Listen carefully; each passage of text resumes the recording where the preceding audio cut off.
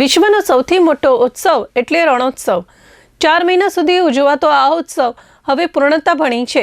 ચાલુ સિઝનમાં સત્તાવાર ધોરણે 3.84 લાખ પ્રવાસીઓ પરમિટ ફી ભરી અને રણ પહોંચ્યા હતા, જેની પરમિટ ફી થકી તંત્રને 4.71 કરોડની આવક થઈ છે।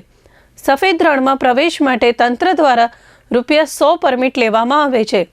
રણમાં પ્રવેશ માટે પરમિટ મેળવવી ફરજિયાત છે। પરમિટ મેળવી ચાલુ સિઝનમાં 3.84 લાખ પ્રવાસીઓ ધોરણોમાં સફેદ રણમાં પહોંચ્યા હતા, જેના થકી 4.71 કરોડની આવક થવા પામી છે।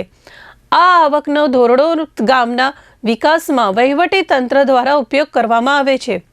વિદેશી પ્રવાસીની વાત કરીએ તો તંત્રના રેકોર્ડ પ્રમાણે ચાલુ સિઝનમાં 659 વિદેશી ટુરિસ્ટ આવ્યા હતા। ગત વર્ષે આખી સિઝનમાં 1015 ફોરેનર આવ્યા હતા અને 3.90 લાખ પ્રવાસી આવતા તંત્રને 3.75 કરોડની આવક થઈ હતી।